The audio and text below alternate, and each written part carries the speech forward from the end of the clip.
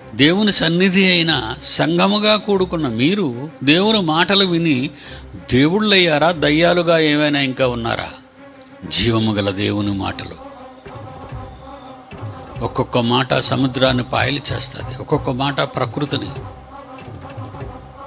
దేవుని ఇష్టాన్ని నెరవేర్చినట్టుగా చేస్తుంది. విశ్వం అంతా మాట వల్లనే తిరుగుతుంది. ఆ మాటకంత విలువ.